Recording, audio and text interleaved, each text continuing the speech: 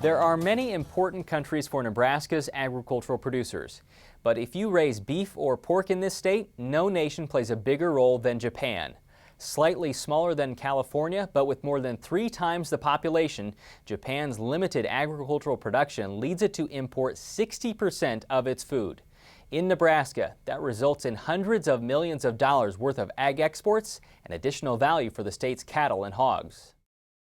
Not only is Japan the most valuable meat importing country in the world, but it's also the 4th largest market for U.S. agriculture as a whole.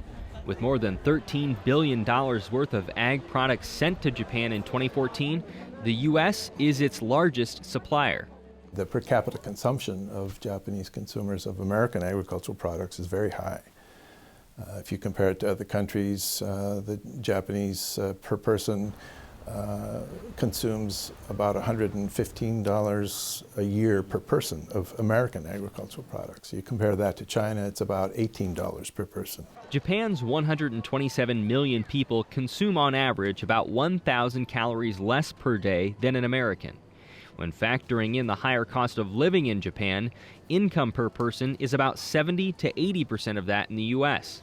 But because of food prices and the desire for higher quality, the USDA says Japanese consumers spend more of their income on food than the typical American. At the U.S. Embassy in Tokyo, Minister Counselor for Agricultural Affairs David Miller says often those consumers are eating outside the home where they have plenty of options. People are eating meals away from home as much now as at any time. Japan is a real food service industry, and people love to go to restaurants, and there's more restaurants per person here. There's twice as many restaurants per person here as there are in the United States because people love to eat. What they eat has also been changing. The U.S. Meat Export Federation, or USMEF, says seafood consumption has been declining in Japan. It believes that category will fall 9% between 2014 and 2023. While beef consumption will rise 4% during that period, and pork consumption will increase 1%. Japan imports about as much pork as it produces. It relies on other countries for beef, primarily Australia and the United States. As the largest producer of red meat in the U.S., Nebraska's farmers and ranchers send more of their pork and more of their beef to Japan than any other country in the world. Those were valued at more than $500 million in 2014. In the case of pork, they send 3.5 times more meat to Japan than their second biggest international buyer.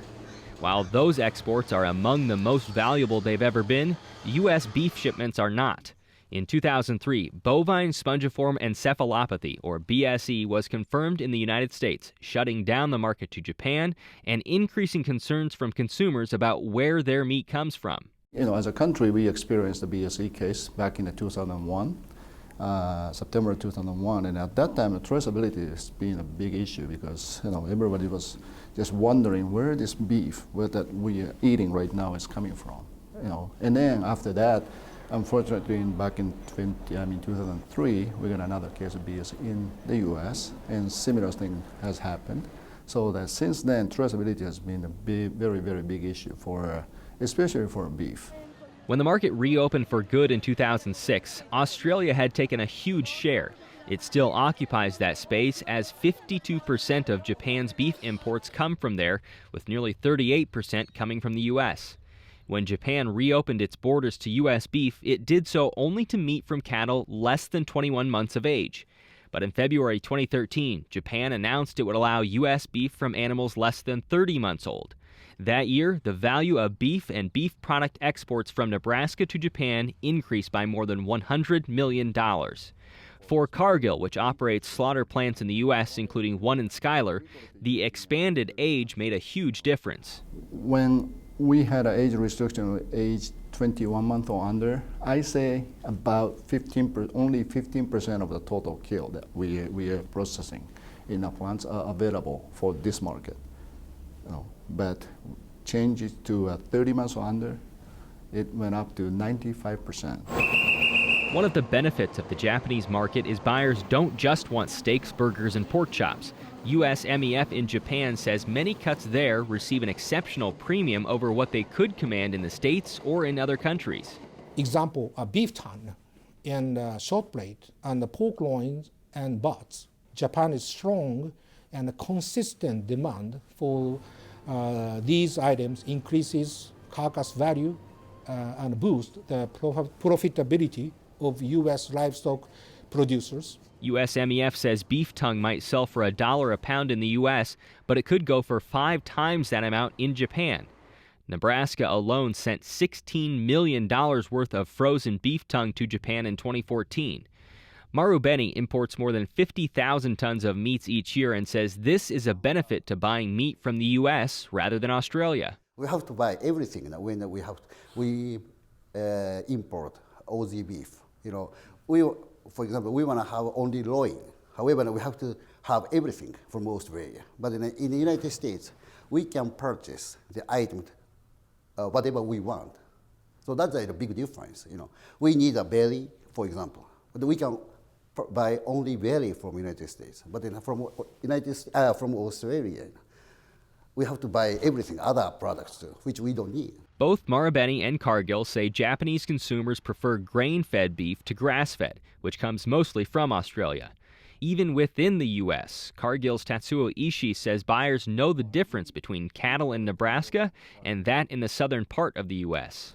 Because maybe traditionally it's a cattle type, somewhat different from the one in the Texas or South. And also, at least the people in the market understand that the feeders in Nebraska is relatively small, so that the customers' image to those small feeders is that the owner of the feeders takes a better care on the cattle, which may be right, may be wrong. I don't know. But that's the image. Nearly every group and company we spoke with in Japan says this is a key to this market. Customers want to know where their food comes from and that it's safe and reliable. What do you think is important for the American farmer to know about the Japanese market or its consumers? I think the most important thing to know is that Japanese consumers are very devoted purchasers of American agricultural products.